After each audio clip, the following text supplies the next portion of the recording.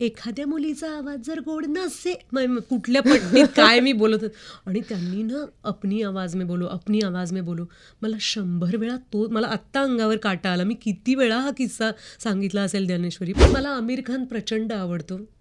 मी त्याच्याबरोबर थोडंसंच काम केलं आहे दिल चाहता है मध्ये, पण मला आमिरचा प्रवास प्रचंड आवडतो. म्हणजे भीती, संकोच, लाज वाटत होती. मग एकदा ना असं झालं माझं, आता एक तर तेवढी ओळखही नव्हती तेव्हा दुबेजींची. आम्ही पहिल्यांदा भेटलो होतो. म्हटलं ह्यांना ना परत ते म्हणूच द्यायचं नाही. मिरची मराठीच्या यूट्यूब चॅनलवरती तुम्ही हा व्हिडिओ बघताय. माझं नाव आहे आरजे ज्ञानेश्वरी आणि क्लिअरली मी प्रचंड एक्सायटेड आहे बिकॉज माझी अत्यंत आवडती आणि आवडतीपेक्षा पण मला असं वाटतं लाडकी अभिनेत्री फायनली स्टुडिओमध्ये आलेली आहे. सोनाली कुलकर्णी, वेलकम टू मिरची. थँक्यू ज्ञानेश्वरी. मला खूप मज्जा वाटते कारण मी पहिल्यांदा तुझ्याबरोबर इंटरव्ह्यू करणार आहे आणि मिरचीमध्ये मी व्हिज्युअल इंटरव्ह्यू पहिल्यांदा करणार आहे कदाचित. That's exciting. मग मला आठवत आहे की मी तुझं जितकं काम बघितलंय आणि जेव्हापासून मी रेडिओ जॉकी झाली, अशी आपली एक विशलिस्ट असते ना की यार ह्या लोकांसोबत एकदा तरी बोलायचंय. सो मला इतका आनंद झाला वेन आय सॉ की तुझी एक नवीन फिल्म येते. लाईक आता मला निमित्त मिळतंय कारण आय वॉज वेटिंग फॉर गुलाबजाम 2, पण आय वॉज होपिंग की यार त्याला अजून बराच वेळ आहे, मग कधी ती आता येते वगैरे असं माझं झालेलं. सो थँक्यू सो मच की एक नवीन फिल्म घेऊन तू आली आहेस आणि आपण फायनली भेटतोय. फिल्मचं नाव आहे शॉर्ट अँड स्वीट आणि जर तुम्ही क्लिअरली टायटल बघितलं तर it's not short with a single S, it's short and sweet with 2 S.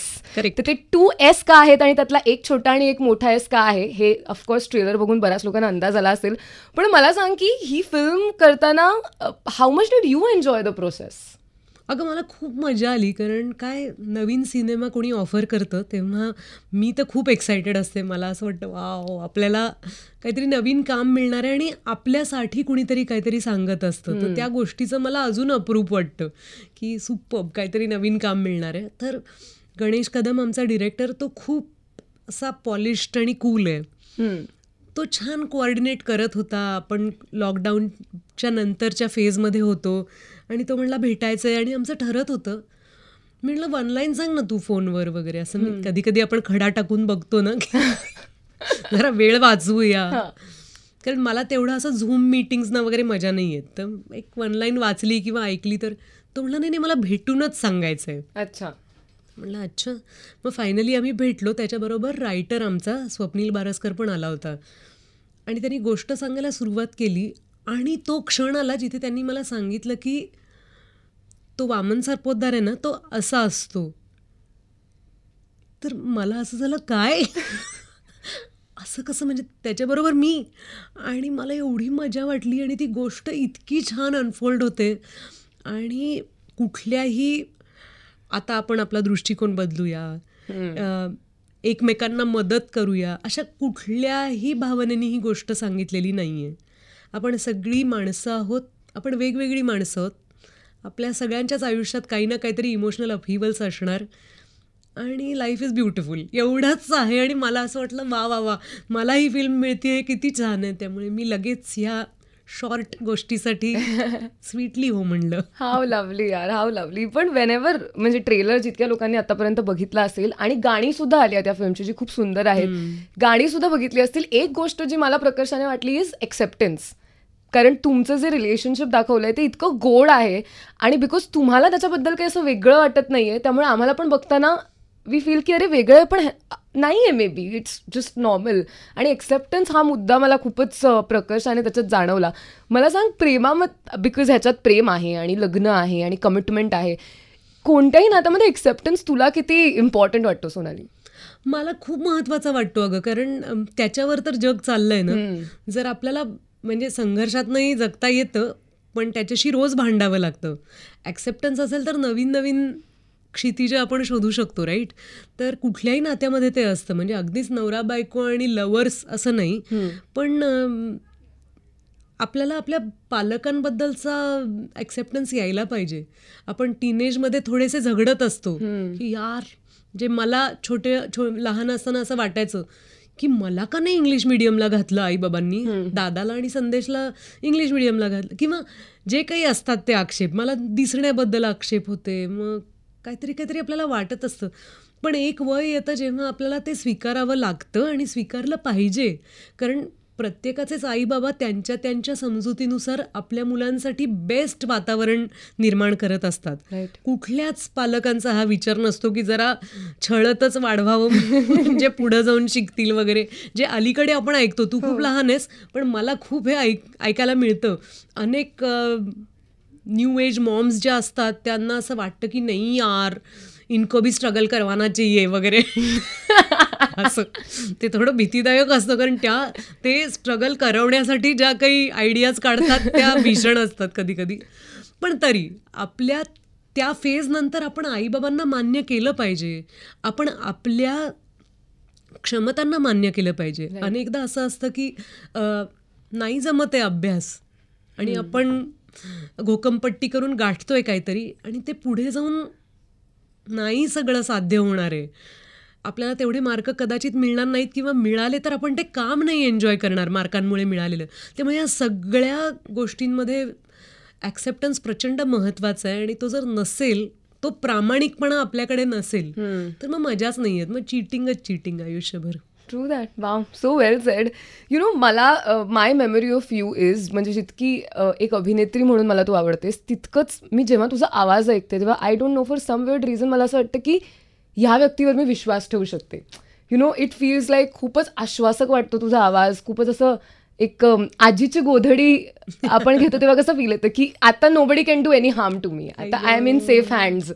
तसं मला फिलिंग येतं. मला सांग, have you notice this about yourself की तुझा आवाज खरंच बऱ्याच लोकांना, म्हणजे तू ॲट टाइम्स कधी चुकून खोटं जरी बोललीस ना तरी people are going to buy it and say की हो सोनाली म्हणाली आहे, असंच अगदी. So sweet, thank you for the compliment. पण म्हणजे मी माझा आवाज स्वीकारेपर्यंत मी खूप धडपड केली आहे. अच्छा. कारण मला असं वाटायचं की माझा आवाज असा म्हणजे रूढार्थाने गोड नाही आहे. म्हणजे एखाद्याचा आवाज मंजुळच असतो ना, म्हणजे त्यांनी गावंच असं आपल्याला वाटतं, तसं नाही आहे. माझ्या आवाजाची पट्टी वेगळी आहे. तर मला हे सुरुवातीला कळायचं नाही, त्यामुळे मी खूप दिवस फेक आवाज काढायचा प्रयत्न केला आहे. म्हणजे माझा एक तो टिपिकल विनर किस्सा आहे. माझे फ्रेंड, फिलॉसॉफर, गाईड आणि शिक्षक पंडित सत्यदेव दुबेजी, त्यांच्या पुण्याच्या वर्कशॉपमध्ये जेव्हा पुण्याचं अख्खं क्रीम होतं तिथे मला एक प्रश्न विचारायची संधी मिळाली होती. To cut the story short, मी पटकन सांगते तुला. तर तेव्हा कोणाला प्रश्न विचारायचा असेल तर विचारा. तर मी हात वर करून असं विचारलं होतं की जर एखाद्या मुलीचा आवाज गोड नसेल तर दुबेजी म्हणाले पहिले तुम अपनी आवाज में बोलो. तर मी लगेच एखाद्या मुलीचा आवाज जर गोड नसेल, कुठल्या पट्टीत काय मी बोलत होते.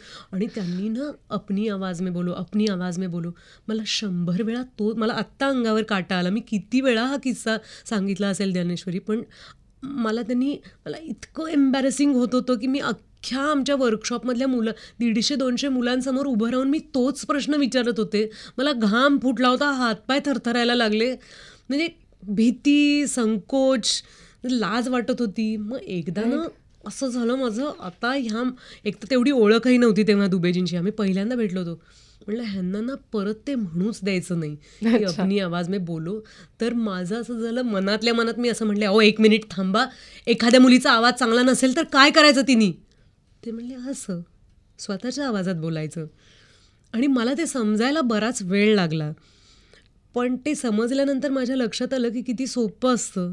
काही फारसं आपल्याला असं धारण करावं लागत नाही. आणि it is so important to be yourself. तर त्यामुळे माझ्या आवाजापाशी पोचण्याची माझी प्रक्रिया छान होती. त्याच्यानंतर मला कळायला लागलं की ओके, असंच कदाचित ॲक्टिंगचं पण असत असेल. राईट. की आता काही वेगळ्या आवेशात आपल्याला डायलॉग्स म्हणायचे नाही आहेत, आपण ते पात्र असायचं आणि त्या पात्रासारखं बोलायचं. It is as simple. मी एक रिसेंटली कुठेतरी वाचलं की ऐकलं की an artist is as good as his last work. आणि या वाक्याने मला खरंच it intrigued me and I was like okay, मला ह्याच्याबद्दल अजून जाणून घ्यायला आवडेल. सो मला तुझ्याकडनं जाणून घ्यायचं आहे की do you think this is true? Absolutely. कारण मी वेगळ्या शब्दात म्हणायचे नेहमी की तुला तुझा कुठला सिनेमा आवडतो असा प्रश्न विचारल्यावर मी नेहमी असं म्हणत आली आहे की मला मी आत्ता सुरू करणार आहे ते काम आवडतं. कारण मी काय केलंय ह्याचं बॅगेज किंवा ह्याचं यश आपण नाही नेऊ शकत आपल्याबरोबर. राईट. आता कालची मॅच आपण जिंकलो, पण तेव्हा रोहित शर्मा असं म्हणू शकत नाही की आपण जिंकणारच कारण आपण आधीच्या 5 मॅच जिंकल्यात, किंवा म्हणजे जे काही आपण सगळे सर्वोत्तम आहोत. म्हणजे विराट कोहली पिचवर आला तेव्हा तो त्या कॉन्फिडन्सनी नाही येत की मी किती चांगलं काम करून ठेवलंय. येताना माणूस हेच बघतो की मला आज चांगलं काम करायचंय. ते प्लेयर्सचं अगदीच उघड असतं आपल्यासमोर, ती मॅचच असते. तसंच ॲक्टर्सचं पण असतं, कारण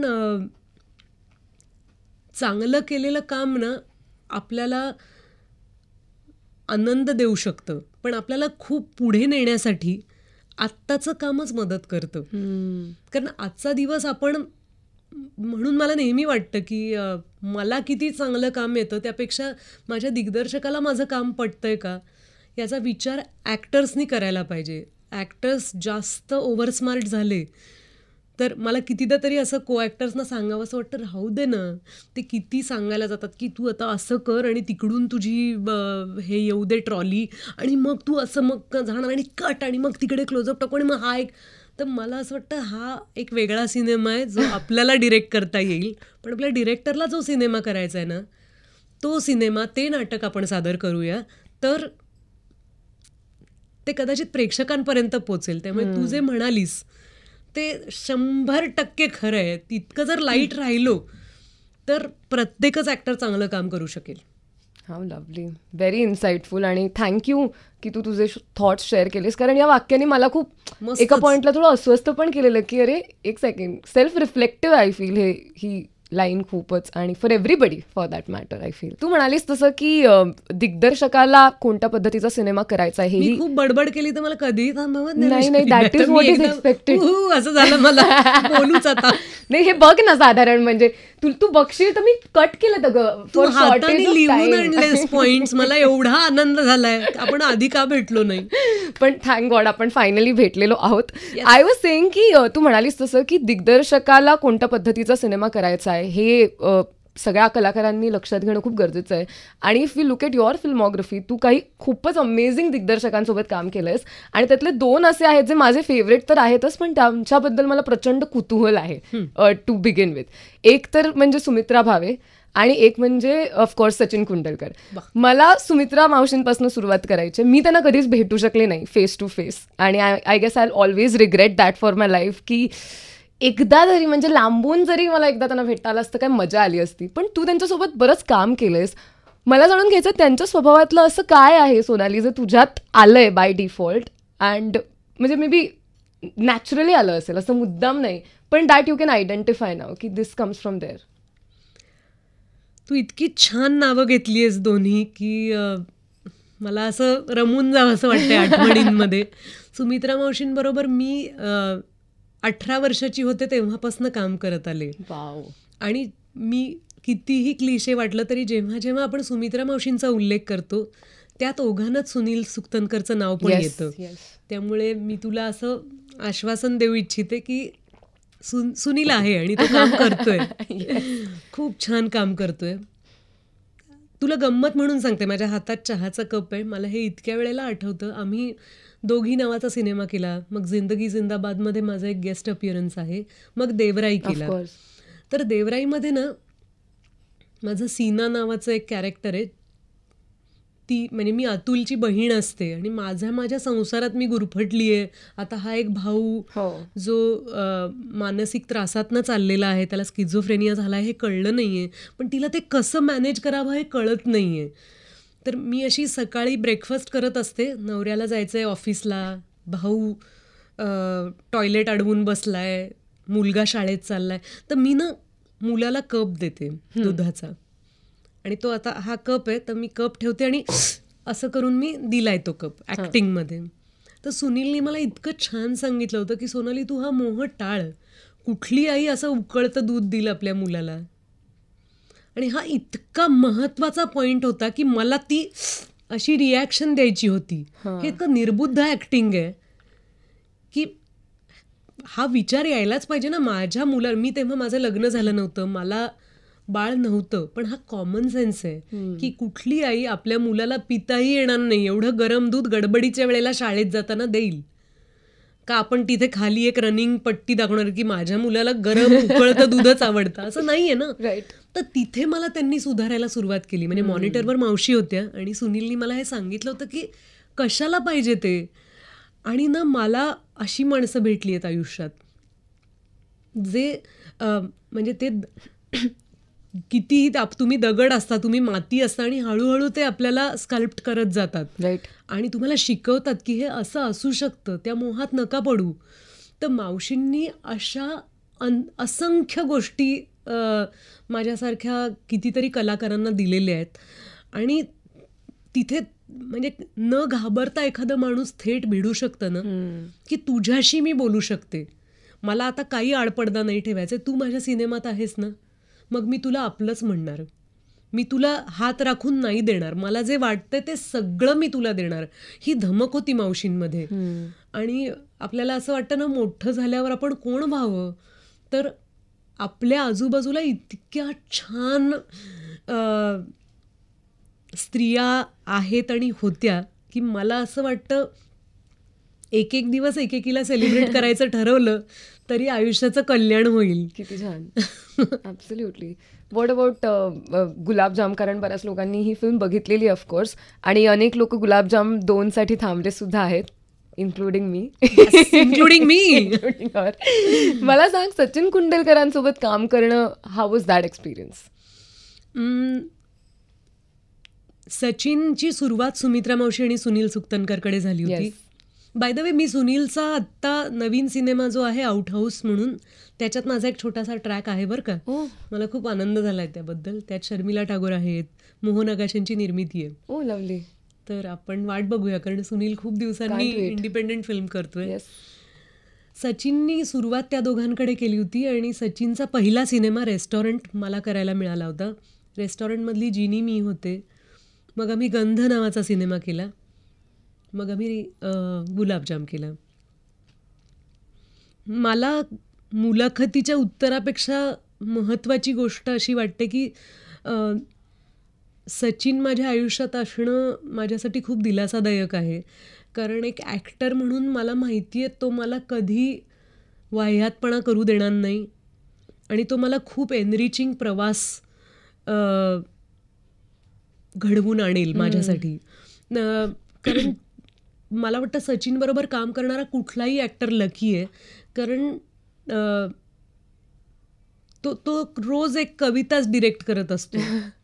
त्याच्या सीन सांगण्यामध्ये, त्याच्या सेटमध्ये कुठल्याही ॲक्टरला पॅम्परिंग करून घ्यायचं असेल तर त्यांनी सचिनबरोबर काम करावं.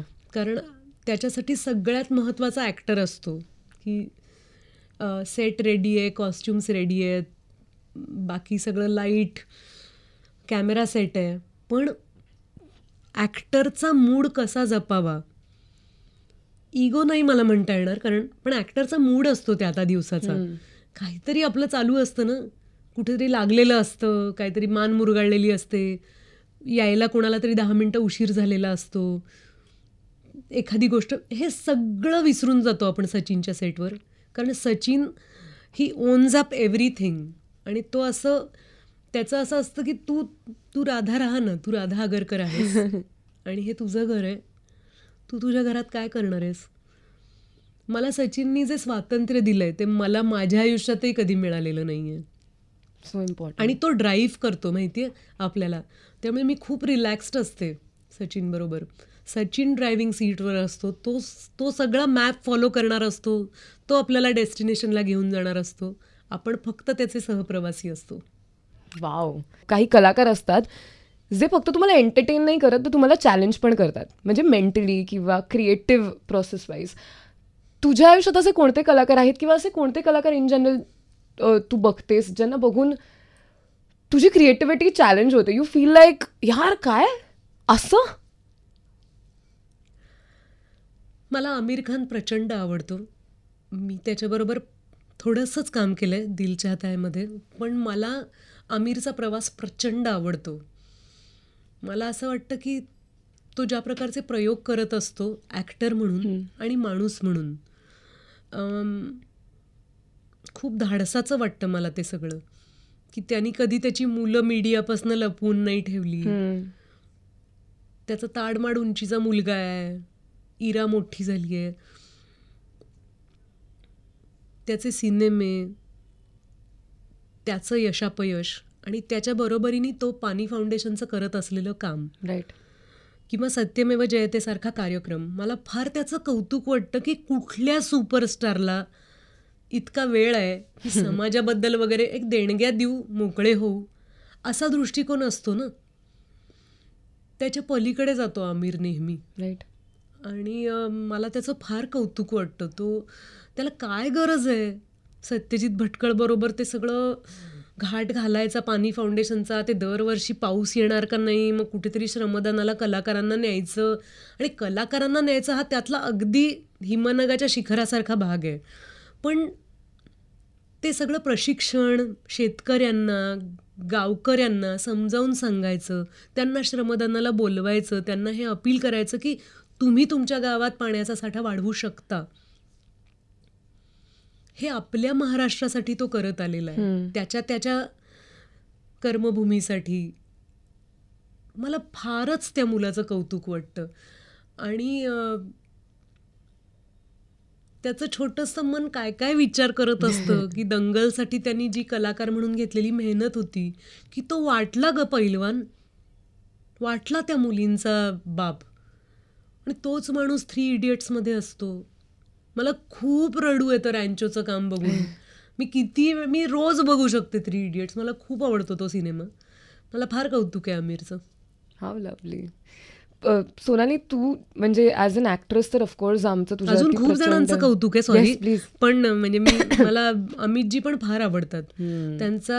त्यांनी केलेली सगळीच कामं मला आवडतात. पण तोच अभिनेता, सुपरस्टार, जगात कुणीच नाही आहे जे अमितजींचा फॅन नसलेला माणूस असा. पण ते 102 नॉट आउट नावाची फिल्म अमितजींसाठी बघावी प्रत्येकाने. की ते एकीकडे पिकू करतात, पा करतात, चिनी कम करतात आणि 102 नॉट आउट करतात. काय काम केलंय त्यांनी आणि ऋषीजींनी. ब्रिलियंट. ट्रू. एवढी इन्स्पायरिंग आणि इतकी कमाल माणसं. कधी कधी असं फिलिंग येतं ना जेव्हा आपण लिस्ट काढायला बसतो, तेव्हा असं वाटतं की अरे इतकी सगळी माणसं आपल्या आजूबाजूला आहेत की we can just be in all our life. आणि मी मुलींबद्दल तर बोलायलाही लागले नाही. मी जरा पॉझिटिव्ह आहे सगळ्या हिरोईन्स बद्दल. There could be so many, I am sure about that. मला सांग की अभिनेत्री म्हणून तर ऑफकोर्स तुझा एक वेगळा फॅन बेस आहे, लेखिका म्हणून सुद्धा एक वेगळा फॅन बेस आहे, आणि मोर दॅन एनिथिंग एल्स एक अशी व्यक्ती जिच्याशी कधीही बोललं तर काहीतरी there is some take away. I am not saying you are always trying to give that take away, but it's indirectly coming to us. काहीतरी ऐकल्यानंतर असं नेहमी वाटतं की एक होलसम फिलिंग जे येतं ना एक संवाद साधल्यानंतर, ते नेहमी तुझं ऐकल्यानंतर. मी तर पहिल्यांदाच बोलते इतकं, पण मला माझ्या मनात माझे आई बाबा किंवा माझे दोन्ही भाऊ आणि नवरा वगैरे दिसतात. अरे यार काय तू सांगती, भेट तू घरी, असं थोडंसं माझ्या मनात त्यांचे डायलॉग्स येत आहेत की काय पाल्हाळ लावलंय. त्यांच्यासोबत आपण एक वेगळा इंटरव्ह्यू करायला हवा या निमित्ताने. पण मला सांग, एक कलाकार म्हणून तुझ्या कोर व्हॅल्यूज काय आहेत ज्यांच्यासोबत you will never bargain with them? मला असं वाटतं एक बेसिक शिस्त असते ना आपली माणूस म्हणून, त्याच आहेत माझ्या. की मला छोट्या छोट्या गोष्टी आवडतात, की मला वेळेवर पोचायला आवडतं, मला थोडीशी तरी कंटिन्युटी लक्षात ठेवायला आवडते, माझ्या फार डिमांड्स नसतात. म्हणजे मला असं वाटतं की मी एंजल आहे असं मला वाटत नाही. मी माझ्या पुस्तकात एक वाक्य लिहिलेलं मी माझ्यासाठीच कायम लक्षात ठेवते. ते माझं म्हणणं आहे की तू आरजे आहेस, माझा नवरा कॉर्पोरेट लाईफमध्ये आहे, कोणी शिक्षिका आहे, कोणी वकील आहे, मी ॲक्टर आहे. इतकं सिम्पल असलं पाहिजे आयुष्य. कारण त्याच्यापेक्षा खूप महत्त्व आपण द्यायला लागलो. मला काय अशी आकाशवाणीहून मी देवदूत झाले नाही आहे ना, की आता मला सगळेच मेहनत करतायत. कपड्याला इस्त्री करणारा ड्रेसमन असतो, स्टाईल करणारी कॉस्ट्यूम डिझायनर असते, दिग्दर्शक आहे, कोणीतरी सेट बनवलाय आपल्यासाठी. तर ह्या सगळ्या माणसांमुळे तुम्ही ॲक्टर होता. आणि ती छोटीशी जादू जी आहे की भावना ट्रान्सलेट करायच्या आहेत तुम्हाला, ती करायची संधी मिळणार आहे. त्याकडे तितक्या सहजतेने पाहावं. ही कलाकार म्हणून माझी अगदी आग्रहाची मूल्य आहेत की या साधेपणाने आपण आपल्या कामाकडे बघावं. कारण हे काम आहे. घरी जाताना आपण नाही कॅरेक्टर बनून घरी जात. आपल्याला गाडीत पेट्रोल भरायचं असतं किंवा आपल्याला कुठेतरी शूटिंग संपवून पटकन निघायचं असतं कारण काहीतरी इव्हेंट असतो किंवा घरी पोचल्यावर काहीतरी वेगळाच ड्रामा असणार असतो की आज स्वयंपाकाला ताई येऊ शकलेल्या नाही आहेत आणि दूधही संपलेलं आहे. तेव्हा आपण असं नाही म्हणू शकत की मी जरा आत्ता कच्चा लिंबूमधली शैलजा काटदरे. तसं तुम्ही अप्रोच नाही करत आणि तो घोळ मनात ठेवला नाही पाहिजे. ते आपण मी जेव्हा माझे कॉस्ट्युम्स काढते तेव्हा माझं दिवसाचं काम संपलेलं असतं. ती जी काही छोटीशी कविता आपल्याला दिवसभर अनुभवायला मिळालेली असते ती तिथे थांबते. वही बंद करायची आणि घरी जायचं आणि दुसऱ्या दिवशी नव्या उत्साहाने परत यायचं सेटवर. ते मला फार आवडतं. तू मगाशी कावेरीचा विषय काढलास तर मला विचारायचं आहे की एक कलाकार, आपण जेव्हा एक कलाकार असतो तेव्हा संगोपनात सुद्धा ती कला डोकावते का असं तुला वाटतं? असू शकेल, मला माहित नाही. कारण हा एक मी कधीच न केलेला प्रयोग आहे. आम्हाला एकच बाळ आहे, मला आणि नचिकेतला. आणि मला नेहमी असं आग्रहाने म्हणावं असं वाटतं की कावेरीची जितकी मी आई आहे तितकाच तो बाबा पण आहे. त्यामुळे मी कलाकार आहे त्यामुळे माझ्याबद्दलच्या गोष्टी कळतात, पण तो सुद्धा तेवढाच संवेदनशील बाबा आहे आणि मला त्याचा खूप अभिमान वाटतो. आणि आम्ही दोघं मिळून कावेरीला मोठं करतोय. आणि माहिती नाही त्यात आपण जे असतो ते डोकावणारच ना. त्यामुळे लहान लहान गोष्टी असतील की पानात काही टाकायचं नाही त्यापासून ते तुझा गाण्याचा क्लास चाललाय ना, मग तू छान गाण्याच्या क्लासला तिथे उपस्थित राहा मनाने. तेव्हा राहिलेला ब्रेकफास्ट संपवू नकोस. कारण कितीतरी मुलं खात खात एखाद्या ठिकाणी पोचतात आणि मग 1 मिनिट आणि मग ते मध्ये मध्ये घास घेत असतात. अशा छोट्या छोट्या गोष्टींच्या बाबतीत आम्ही जरा दक्ष आहोत की तसं नको करायला. तिला मोबाईल हा तिच्या जगण्याचा अपरिहार्य भाग होऊ नये यासाठी तिचं आयुष्य कसं काय वेगळ्या अर्थाने भरलेलं असेल आणि थोडा रिकाम टेकडेपणा सुद्धा तिला करता आला पाहिजे. सतत असं शेड्यूल तसं नको. थोडं म्हणू दे ती कंटाळा आलाय असं घडतंय. तर आम्हाला खूप मजा येते. तिला किती मजा येते मला माहिती नाही. किंवा ती मोठी झाल्यावर आमच्या दोघांच्या स्वभावातले कुठले अंश उचलणार आहे, तिला कशाचा राग येणार आहे काय माहिती. कारण सगळ्याच मुलांना एका वयात आईबाबांचा राग येतो. वैतागेल कदाचित का बघावं तेव्हा ही सारखी सांगत असते उद्या मी पुण्याला जाणार आहे, परवा अमकं आहे, मी गुरुवारी रात्री मी उशिरा येणार आहे. माझं खूपदा असं होतं अगं, आम्ही एकत्र गप्पा मारत असलो की मला ते सांगायला आवडतं की उद्या जरा मी उशिरा घरी पोचणार आहे वगैरे. पण एखाद्याला बोर पण होऊ शकतं ना की ठीक आहे यार तू ये तुला पाहिजे तेव्हा, पण आत्ता तर आपण गप्पा असं माझ्यात न आवडण्यासारखं काही असू शकतं. पण आत्ता ती खूप आनंदात वाटते मला. आणि छान मित्रमैत्रिणी घरी येतात, भांडणं होत असतात, माझ्याबरोबर भांडणं होतात की नाही मी गेलं पाहिजे 5:31 वगैरे असं ओरडते कावेरी. मी 5:30ला भेटणार होते स्वराला. तर माझं असं होतं हो म्हणजे जाशील ना. ती म्हणली जाशील कसं, आत्ता नाही मला हे केस बीस काहीतरी वेण्या घालायच्या, मला गेलं पाहिजे, टेबल टेनिसची मॅच आहे जे काही असेल ते. तर बघूया ती काय उचलतीये. हाऊ स्वीट, किती इंट्रिगिंग प्रोसेस आहे ही. मला फार ऐकायला हे मजा वाटते आत्ता. आणि असं वाटतं की मी कशी असेल लहानपणी. That sometimes I feel that should have been some documentation की नंतर किती मजा येईल बघायला. पण मग असंही वाटतं की बरं आहे नाहीये ते आईबाबांच्या मनात आहे ना, आईबाबांच्या मनात आपल्याला आहे. ते सगळे किस्से ऐकायला मिळतातच. हो, पण आईचं तर मी कितीतरी वेळेला आईला विचारलं की आई मी कशी होते लहानपणी. आईचं असं होतं की काहीतरी प्रश्न नको विचारू, बाकी सगळी पोरं असतात तशीच होतीस काय. बेस्ट आहे, बेस्ट आहे. कारण आता आपण इतकं महत्व देतोय मुलांना की असं वाटतं की घरात कोण राजे आणि राण्या चाललेत आपल्या, की असे त्यांचे रोज राज्याभिषेक चालू आहेत की बाळ ग बाई शाळेतनं घरी आलं माझं. हो, आय अग्री. मला सांग, हा प्रश्न जो मी आता विचारणार आहे, तुम्ही मोस्टली अनेक कलाकारांना, जितक्या लोकांशी माझं बोलणं होतं विचारते, बिकॉज आय फील या उत्तरामध्ये अनेक पर्स्पेक्टिव्ह मला मिळतात. It's a very selfish question to be honest. मला सांग की आपण आजकाल इतक्या गोष्टी बघतोय, इतक्या गोष्टी ऐकतोय, पण तुला ॲज अ पर्सन वाटतं का की आपण खरंच ऐकतोय? गोडच प्रश्न आहे हा. मला असं वाटतं ऐकतोय आपण, कारण ते वेचक असेल, सिलेक्टिव्ह असेल, पण आपण नक्कीच ऐकतोय. कारण तू आणि मी वेगळ्या गोष्टींना आपण रिॲक्ट होतो. असं नाही आहे की त्याच हे गाणं ऐकल्यावर तू हे गाणंच ऐकलंस, राईट? तर मला कदाचित ऐकू आलं असेल की अगं काहीतरी पडलं का. मग हे मी टिपिकल ऐकण्याविषयी बोलतीये, पण तुला त्यातले स्वर आवडले असतील, दुसऱ्या कोणाला आता याला त्यातले शब्द आवडतील, तुला आणि कोणाला धून आवडेल. तर आपण सगळे काही ना काहीतरी ऐकतोय आणि ती परवानगी आपण आपल्याला दिली पाहिजे. आपण स्वतःला अनेकदा फोर्स करतो.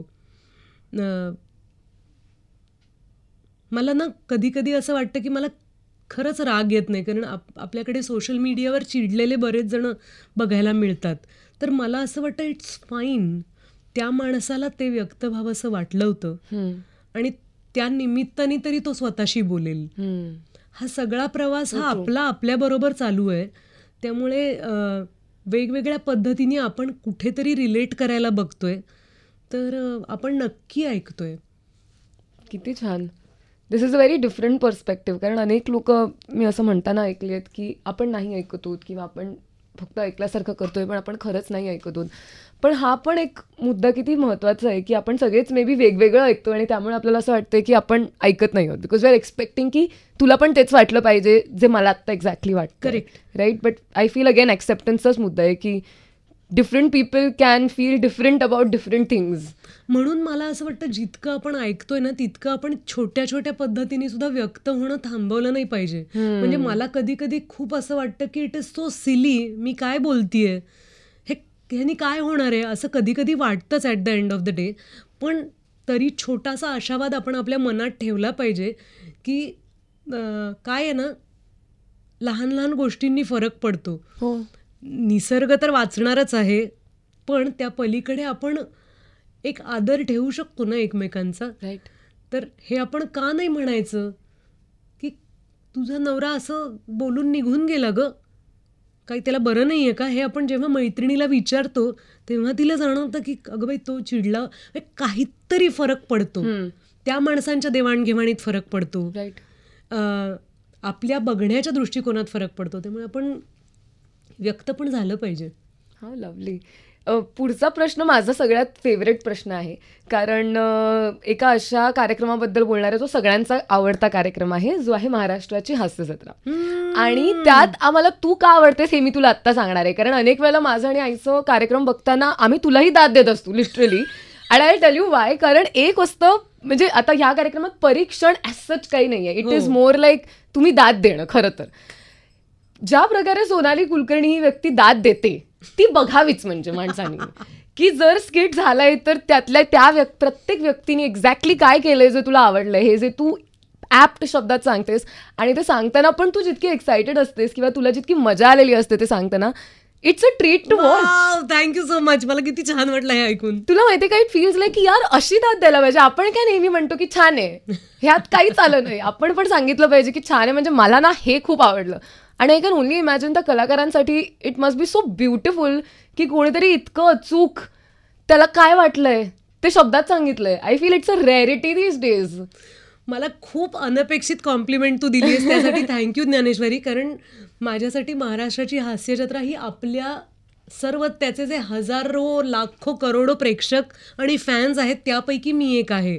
आणि मी तेवढ्याच नम्र भावनेने जाते की कधी कधी सई बिझी असते, कधी प्रसाद बिझी असतो, तर त्यांना वेळ नसेल तर प्रेमाने सोनी चॅनल, अमित फाळके, सचिन गोस्वामी, सचिन मोटे, ही सगळी टीम मला बोलावते आणि मला फार भारी वाटतं कारण मी त्यातल्या प्रत्येकाची फॅन आहे आणि मला असं वाटतं की असं जर कौतुक करायला आपण सगळ्यांना परवानगी दिली की या तुम्ही पण कौतुक करा, तर अख्खं जग लोटेल. खरंय. इतके ब्रिलियंट आहेत ते सगळेजण.